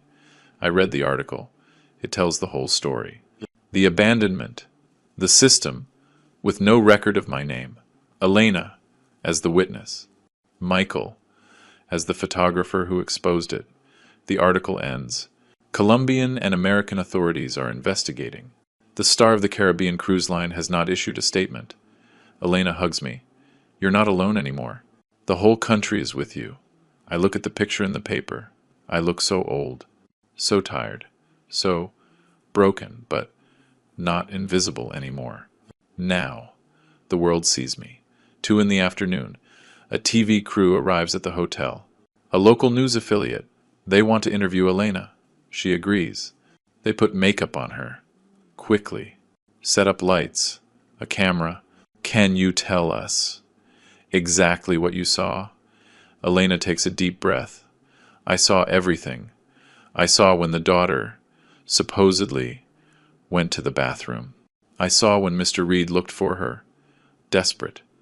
I saw when we ran to the port. The daughter knew what she was doing. This was premeditated, planned, cruel. She shows them the pictures on her phone. The reporter films them. Why do you think they did it? Elena looks at me. Money. It's always about money. The interview airs on the evening news. 5 million people see it. 3 in the afternoon. On the ship, Marcus is in his suite. His phone is vibrating. A notification. Another. 50 notifications. He opens it. He sees the photo. He reads the caption. All the color drains from his face. Grace. We have a problem. Grace is in the bathroom, putting on makeup. What problem? She comes out. She sees the phone. Shit. She reads it. Quickly. She sees the numbers. 500,000 shares. Now. How did they find out? Marcus is shaking. I don't know. Someone saw him. Someone took pictures. Grace paces. We should have done it in Panama, not Cartagena. Cartagena has too many tourists. Marcus sits on the bed. What do we do now? Grace thinks. Deny it. It was a misunderstanding. He wandered off. We were looking for him. 3:30. Sarah runs into Marcus's suite. Did you see this? She has her phone in her hand. Tears in her eyes. Not tears of sadness. Tears of panic. This can't be happening. They said there were no cameras at the port. They said it was safe. Grace shushes her. Keep your voice down. Mason is in the next room. But it's too late. Mason already heard. Ryan comes in next. He has a beer in his hand. Drunk. At 3:30 inches the afternoon. I told you this was crazy. But nobody listens to me. Ever. Nobody listens to me. He collapses on the sofa. We're screwed. Completely. Totally. Screwed. 4 in the afternoon. Captain Humberto Salazar gets a call from corporate. Captain, we have a situation. The internet is exploding with a story about a passenger abandoned in Cartagena. Do you know anything about this? Salazar feels the floor drop out from under him. I saw a man on the pier. But I thought. You thought what? That it would just resolve itself? Captain, the press is going to be waiting when you dock in Houston. And so is the Coast Guard. Be prepared. They hang up. Salazar sits down. His hands are shaking. He should have stopped the ship. He should have sent a boat. But Marcus had given him $500 to look the other way. $500 that were now going to cost him his career, his honor, everything. 5 in the afternoon. Salazar goes to cabin 412. He knocks. Marcus opens the door. Captain, what can I do for you? Salazar walks in, without an invitation. Mr. Reed, I need to talk to you about your father. Marcus tries to play innocent. My father? What about him? Don't play dumb. The whole world knows what you did. You abandoned him. Marcus switches tactics. He takes out his wallet. Captain, we can fix this. I can pay you more. Much more. Salazar looks at him with disgust. Not anymore. Put your money away. There's no fixing this. He storms out. In the hallway, he passes Mason. The boy's eyes are red. He's clutching his cell phone. $50 that I spent on souvenirs Sarah picked out. Souvenirs that are now lost in some market in Cartagena. Now I get it. She knew exactly what she was doing. It wasn't improvised. It was precise, calculated, planned like you plan a murder, because this was a murder. Even if I'm still breathing. The station door creaks open. A woman walks in. Older, maybe in her late 60s. Short gray hair, big sunglasses that she takes off as she enters, asking if they were sure, and he said nothing. He did nothing. He just gave that warning. That night. Don't go to the port. But it wasn't enough. It was never enough. Now his grandpa is alone in Colombia, and the whole world knows. His family abandoned him. Mason hugs the phone. I'm going to see you soon, Grandpa. I promise. Meanwhile, at the American consulate in Cartagena, a woman in uniform walks in. Lieutenant Monica Aguirre, Maritime Police. She's 46. Short black hair. A serious face. Where is Mr. Reed? The receptionist points. Monica walks over to me. She holds out her hand. Mr. Julian, I'm Lieutenant Monica Aguirre. I flew in from Bogota. We're going to get you back home to the U.S., and we're going to make sure your children answer for what they did. I stand up. Answer? Yes, sir. Elder abandonment, fraud. Possibly more. This is not going to be dropped. My voice shakes. But they're my children. Monica looks at me, with eyes that understand. I know, sir, and I'm sorry. But the law is the law. I sit back down. Monica sits across from me. Mr. Julian, I lost my father 3 years ago. He was abandoned, too, in a nursing home. The family promised to visit. They never came. He died alone. So, when I saw your story, I had to come. I had to help. She has tears in her eyes. This tough woman, in a uniform, with a gun on her hip, has tears. You are not going to die alone. You are not going to be forgotten. You have my word. And right there, with this uniformed woman in front of me, a 2 8-year-old photographer fighting for me, a Colombian widow defending me. I understood something. My voice. The voice my children tried to drown in the sea. The voice they thought no one would ever hear was being heard by millions, by an entire continent. And that voice was going to bring justice, even if it broke my heart in the process. Day 4, Houston International Airport. It's 2 in the afternoon when I get off the plane. Lieutenant Monica Aguirre is on my right. On my left is a young lawyer who offered to represent me for free. His name is Richard Maldonado. He's 32. He says his grandfather was also abandoned by his family. That's why I'm doing this, Mr. Julian. For my grandfather, who's gone. We walk out into the terminal, and they're there. Dozens of reporters, TV cameras, flashes, blinking me, microphones, stretching towards me like snakes. Mr. Julian, over here! Mr. Julian! One question. Monica holds up her hand. A brief statement, nothing more. A reporter from a local station yells the loudest. Mr. Julian, how does it feel to be back home? I take a deep breath. I look at the cameras. I feel like my wife has been avenged. The words land like a bomb. The reporters are silent for 1 second. Then they explode with more questions. What do you mean by that? Did your wife know something? But Monica is already moving me out of there. We walk fast towards the exit. Outside, there are more people, not press, regular people, with signs, Justice for Julian, Elders deserve respect. We're with you, Mr. Julian.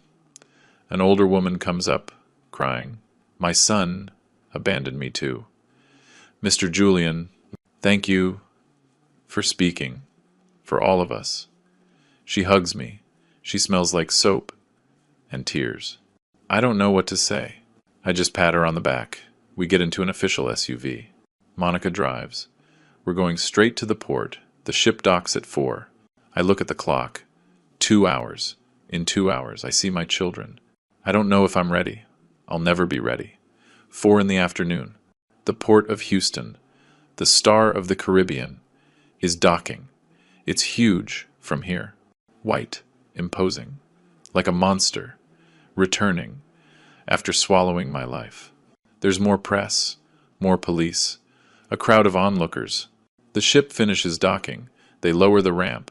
The first passengers start to come off. Happy tourists, tanned, with bags full of souvenirs. Then I see them. Marcus comes out first, gray suit, sunglasses that don't hide his pale face. Grace is behind him, a scarf over her head, huge sunglasses, trying to hide. Sarah comes next. No makeup, hair pulled back. She looks 10 years older. Ryan closes the line. He's staring at the ground. The 4 of them walk down the ramp. They see the crowd, the cameras, the police. They stop. Marcus looks to where I'm standing. Our eyes meet. He wants to say something, but he can't, because Mason comes running off the ship. My grandson sees me.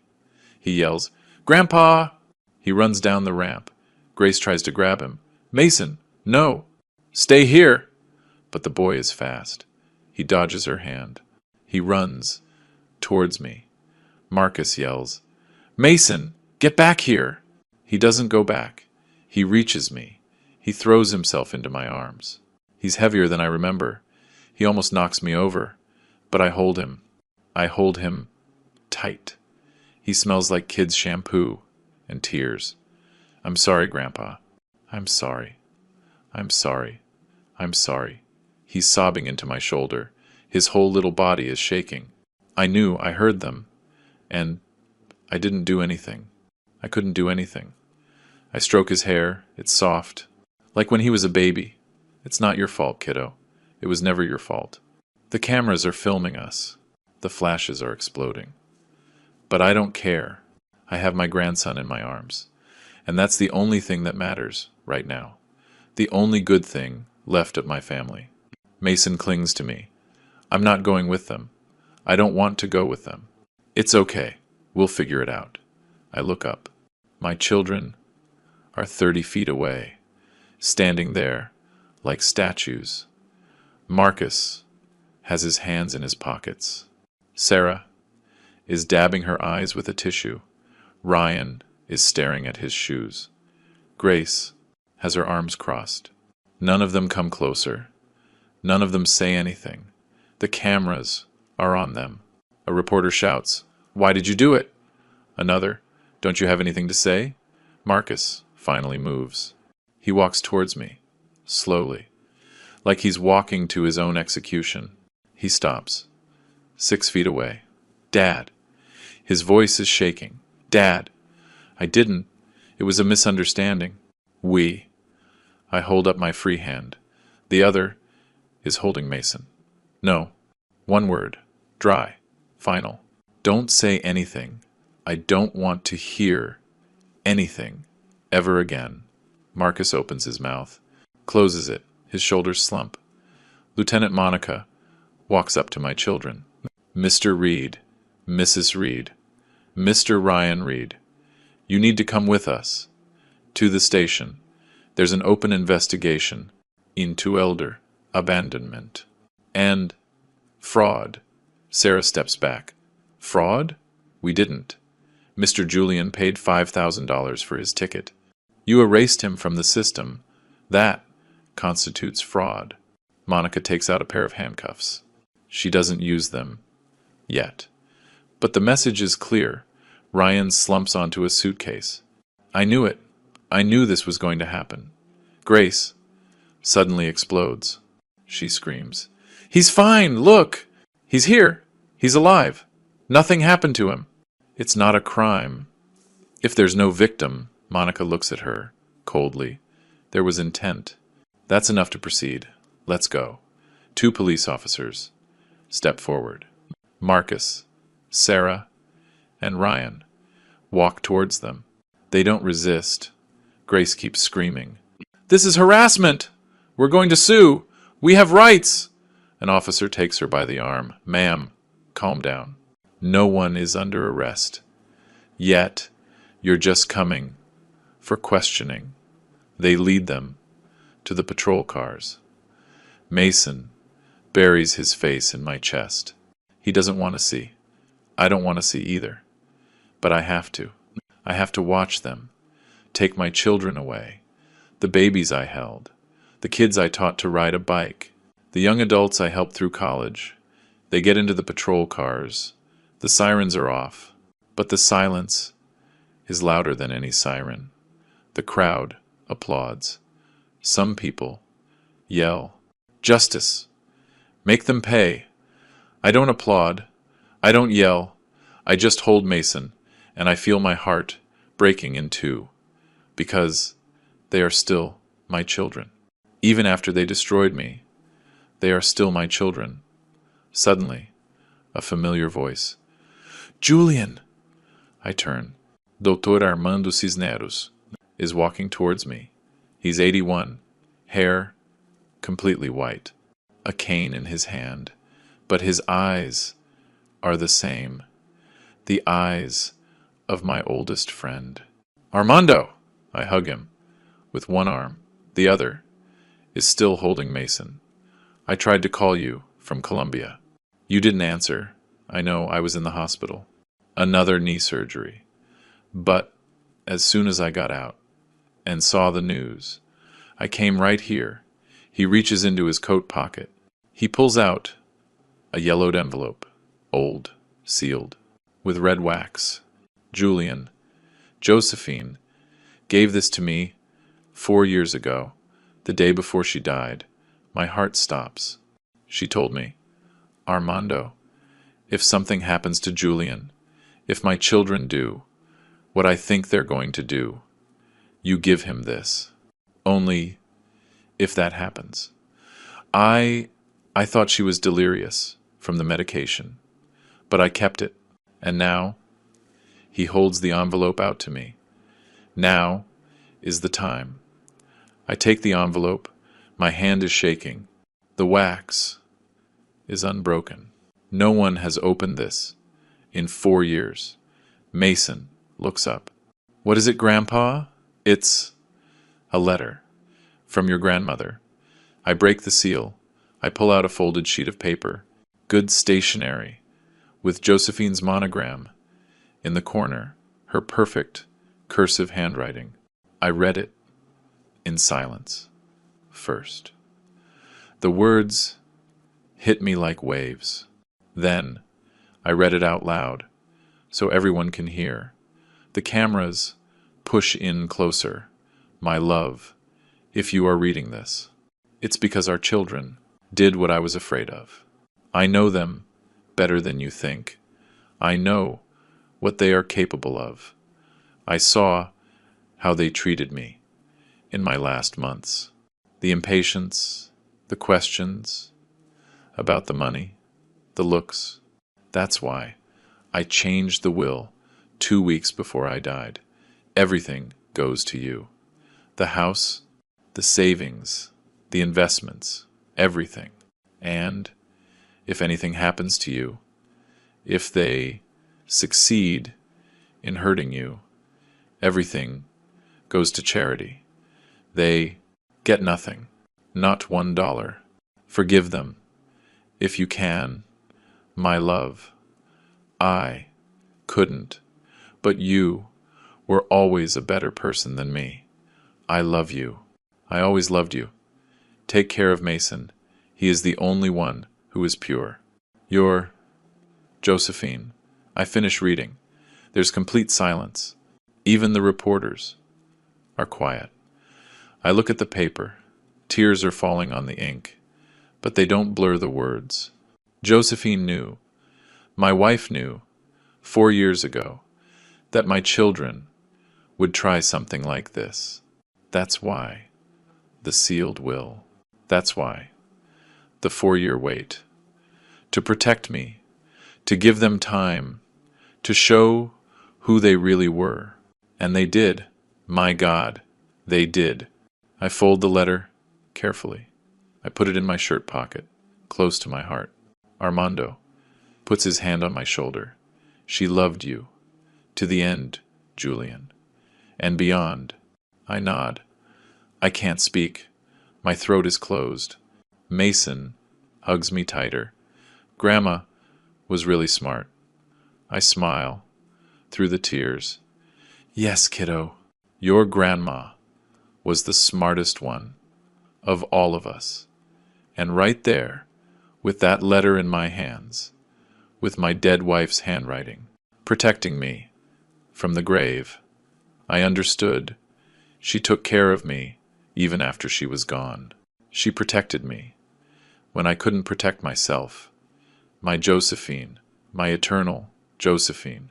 Richard, my lawyer, comes over. Mr. Julian, this letter changes everything. With this, we can proceed. Not just for the abandonment, but for attempted probate fraud. This is proof of premeditation, going back years. The cameras are still rolling. A reporter shouts, Mr. Julian, are you going to press charges against your children? I look at Mason. I look at Armando. I look at the letter in my pocket. I look at the patrol cars, holding my children, and I tell the truth. I'm going to do what my wife would have wanted. I'm going to protect myself, and I'm going to protect my grandson. The rest, I'll let the law decide. Monica nods. Well said, Mr. Julian. We're going to make sure you get what you deserve. And they will get what they deserve. I get into the SUV. Mason won't let go of me. Armando gets in with us. The doors close. We drive off. In the side mirror, I see the port getting smaller. I see the Star of the Caribbean. I see the crowd. I see the sea. And I think the sea took me. But it also brought me back. And now, with Josephine's blessing, from beyond, I'm going to rebuild what they tried to destroy. 3 months later, the civil courthouse in Houston. I'm sitting in the front row. Richard is next to me. Mason is with me. He took the day off school. He wanted to come. I need to see it, Grandpa. I need to see. On the other side of the courtroom are Marcus, Sarah and Ryan, each with their own lawyer. They don't look at each other. Grace isn't there. She filed for divorce 2 weeks after they got back. She blamed Marcus for everything. "I told you it was a bad idea. You insisted," she screamed at him in front of everyone at the police station. She took half of what little they had left. Marcus looks 10 years older, thin, dark circles under his eyes. Sarah has her hair pulled back in a simple ponytail, no makeup, a black dress. She looks like she's at a funeral. Maybe she is. Ryan is the only one who looks at me. His eyes are red. He's been sober for 3 weeks. He's in rehab. The judge enters. We all stand. Civil case. Number 247. Reed versus Reed. Please be seated. The judge reads the verdict. After reviewing all the evidence presented, this court finds that the defendants, Marcus Reed, Sarah Reed, and Ryan Reed, acted with premeditation in the abandonment of their father in a foreign territory, while there were no grievous physical injuries or death.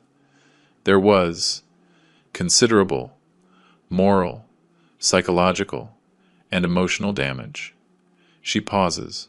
She looks at my children. The attempted probate fraud has also been proven, thanks to the posthumous letter from Mrs. Josephine Reed. She looks at me. Mr. Julian Reed has waived any claim to his children's inheritance. His statement was, "I don't want their money. I want my peace." However, he has filed for damages. The judge hits the gavel. This court grants a judgment of $100,000 to be paid by the 3 defendants. They have 6 months to pay. Case closed. The gavel sounds again. It's over. We walk out of the courthouse. The reporters are outside, but not as many. The story is old news now. 3 months is a long time in the news cycle. Some of them ask me, "How do you feel, Mr. Julian?" "Relieved," I answer. And it's the truth. Not happy. The pain doesn't go away. With a verdict, but relieved that it's over. Marcus comes out later. He's alone. His lawyer quit in the middle of the hearing. "I can't represent you. This is indefensible." Marcus sees me. He wants to come over, but Monica is by my side. She gives him a look. He stops. He puts his hands in his pockets. He just walks away. Alone, his construction company went bankrupt. No one wants to work with the man who abandoned his father.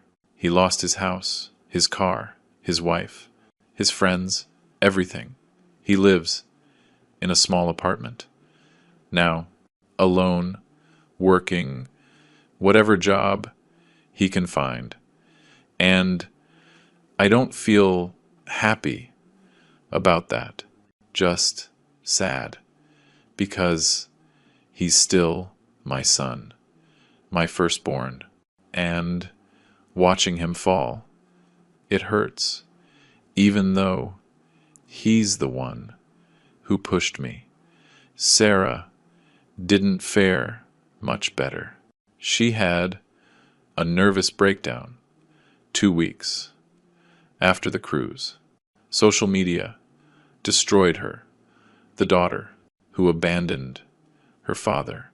Her picture was everywhere. They recognized her on the street, in the supermarket, at the gas station. They yelled things at her. Shame on you, bad daughter. She had to move to another city. She changed her name legally. Now she calls herself Anna Reed. She deleted all her social media. She doesn't leave her house. Her psychiatrist says she has severe depression and anxiety. Her 2 daughters don't speak to her anymore. We can't be associated with you, Mom. We're being bullied in school because of what you did. She's alone, completely alone, and sometimes I think about calling her, but I can't. Not yet. Maybe. Never. Because every time I close my eyes, I see her face when she left me in that market, and the pain comes back fresh like the first day. Ryan is different. A week after he got back, he came to find me. He knocked on my door. I was temporarily staying at Armando's house while I got my life sorted out. I opened the door. Ryan was on the doorstep, thin, shaking. Dad, can I come in? I let him in. He sat in the living room. He cried for 20 minutes. He didn't say anything, just cried. Then he spoke. Dad, I'm a coward. I've always been. I never had the guts to say no to Marcus, to Grace, to anyone. I drank so I wouldn't feel like a failure. And when they made the plan, I knew it was wrong. I knew it. But I did nothing. I didn't even warn you. I didn't even try. His voice broke. I'm a coward, and I'm sorry. I'm sorry. I wasn't the son you deserved. I looked at him. I saw the chubby kid who got bullied, the teenager who hid behind bottles, the broken man in front of me, and I said, Ryan, you can still change. It's late, but it's not too late. Ryan checked into rehab 3 days later. He's been sober for 3 months. He goes to therapy. He's working at a mechanic's shop. He doesn't make much, but he's proud of his work. He calls me every Sunday. How are you, Dad? I'm okay, son. Is Mason okay? He's good. And you? Do you? Do you think you could ever forgive me? I don't know, Ryan, but I respect you for trying. It's not forgiveness. Not yet, but it's something. Mason lives with me. Now, legally, they have shared custody. 1 week with Marcus. 1 week with me. But after the first month, Mason told me, Grandpa, can I just stay with you always? I talked to Marcus. Your son needs you, but he needs stability, peace. Marcus, defeated, agreed, take him. I don't know how to be a father anymore. And so, Mason stayed with me. I feel safe. With you, Grandpa.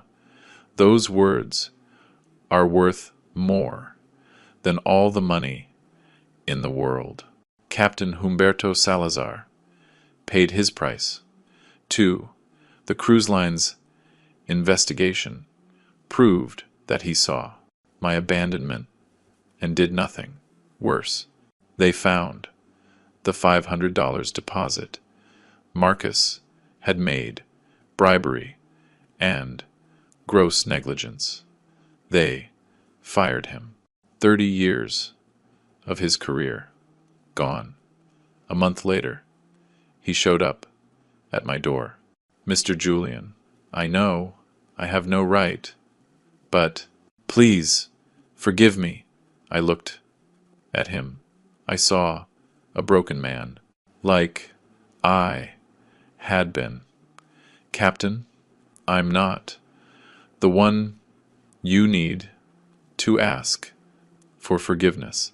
It's your mirror. It's your conscience. I can't help you with that. He nodded. He left. I heard later. He's working on a fishing boat. Now, small, making a tenth of what he used to. His wife left him. His adult children won't speak to him.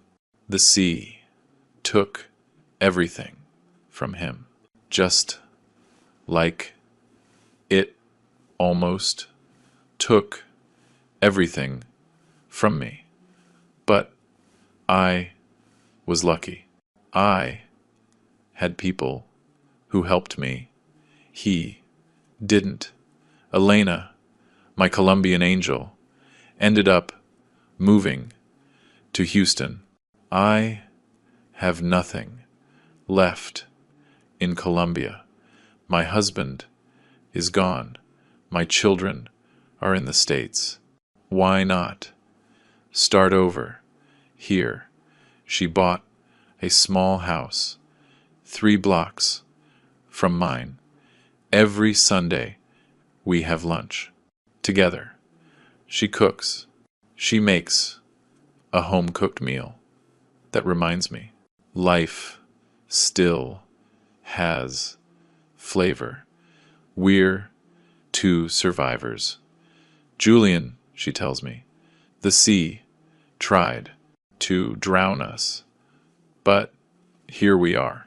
Sometimes I think Josephine sent Elena to me. That from up there she saw everything and said, my love needs help. Send someone. And Elena showed up with her pink phone case, with her enormous heart, with her compassion that saved me. It's not romance. We're both too old and too tired for that. It's something better. It's true friendship, the kind that doesn't need words to understand. Michael Ramirez came to visit last month. He brought his girlfriend, a nice girl, studying to be a doctor. Mr. Julian, did you know your story was seen by 40 million people? 40 million? He showed me the numbers on his phone, shares, views, comments from the US, Colombia, Argentina, Spain, all over the world. Your story changed the conversation, Mr. Julian. People are talking more about elder abandonment. There are new laws being proposed, campaigns, all because you spoke up. I smiled. It doesn't matter, Michael. What matters is that Mason is okay, that he's safe, that he knows his grandpa loves him. The rest is just noise. Michael hugged me. My dad would be so proud of you, of what you did for me, of everything. I cried on the shoulder of that 8-year-old kid who saved my life with a picture, with a story, with his loyalty to his father's memory. I bought a little house on the beach, small, 2 bedrooms, tiny kitchen, but it has a view of the sea, and it has peace. That's all I need now. Peace. Mason and I spend the weekends. There, I'm teaching him how to fish, just like I taught his uncles and his aunt when they were kids. I'm teaching him how to fix small engines, how to sand wood, how to weld. These are a man's skills, Mason. Skills no one can ever take from you. He learns fast. He has good hands, like mine when I was young. Sometimes he looks at me with those Josephine eyes and asks, "Grandpa, do you think Dad will ever change?" "I don't know, kiddo. That's up to him. And will you forgive him?" I sigh. "Maybe, someday, when it hurts less." And it's the truth. Maybe, someday, but not today. Today, it still hurts too much. Today, I still see that ship sailing away every time I close my eyes. You know what I learned in all this, that the sea always gives back what is yours. Sometimes it takes days, sometimes months, sometimes years, but it always comes back. My children threw me in the water, thinking I would drown, thinking a 8-year-old man couldn't survive alone in a foreign country. But they forgot something important. They forgot who I am. I am Julian Morgan Reed. I built ships for 45 years. I sailed through storms. I saved lives. I built an empire from nothing. I am an old sea dog and sea dogs. Even when they're old, even when their knees are tired and their hearts are broken, they always know how to swim back to shore.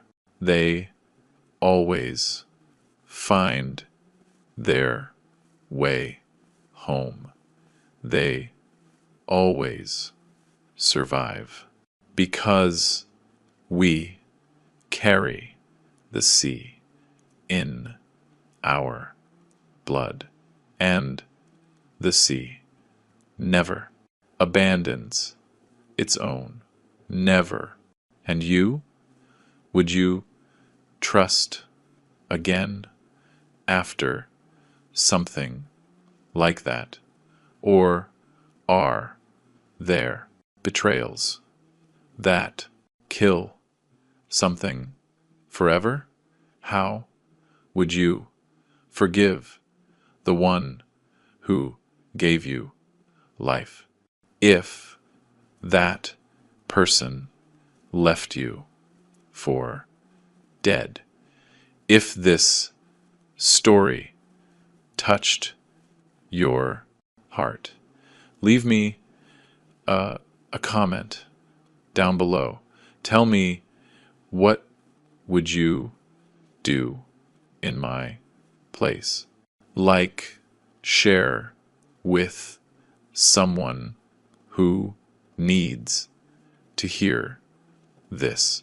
Subscribe to the channel, William's Revenge Stories, because every day we tell a story that deserves to be heard, a life that deserves to be remembered.